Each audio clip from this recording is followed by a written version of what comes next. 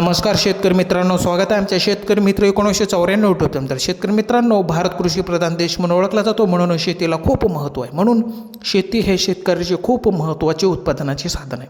तर शेतकरी मित्रांनो, आज आपण हरभरा पिकाविषयी माहिती बघणार आहोत. मित्रांनो, व्हिडिओ स्किप न करता बघावा. असेच शेतीविषयक नवीन व्हिडिओ बघण्यासाठी चॅनलला जर सबस्क्राईब केले नसेल तर चॅनलला सबस्क्राईब करा.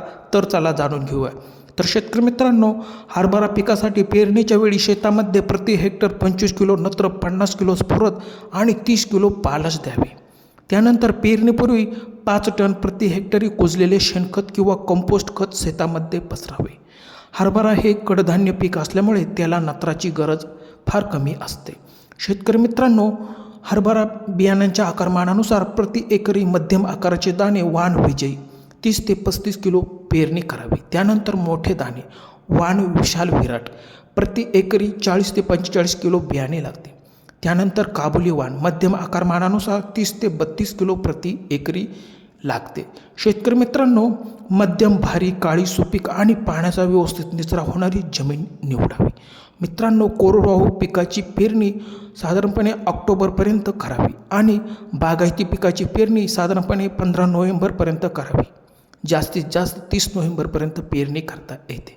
मित्रांनो, हरभरा लागवडीनंतर 15 ते 20 दिवसांनी 19-19-19 हे खत 50 ग्रॅम सीविड अर्क 25 मिली प्रति 15 लिटर पाण्यात फवारणी करावी. त्यानंतर दुसरी फवारणी फुले येण्याच्या अवस्थेत 12-61-0 खत 1 kilo Jio life flower kit 51 gram प्रति 150 ते 200 लिटर पाण्यात प्रति एकर फवारणी करावी. मित्रांनो, यामुळे फुलांची संख्या वाढते आणि दाणे भरण्यास मोठ्या प्रमाणात मदत होते.